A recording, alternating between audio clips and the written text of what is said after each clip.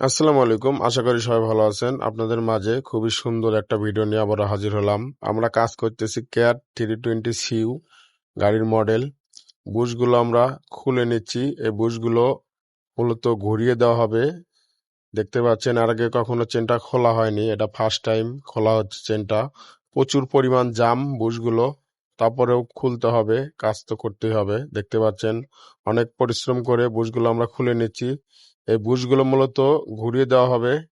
দেখতে পাচ্ছেন ভিডিওটা ভালো লাগলে অবশ্যই পেজটা ফলো করে দিয়ে সাথে থাকবেন। আজকে বাটারের এভরিথিং ভিডিও পেতে চাইলে অবশ্যই পেজটা ফলো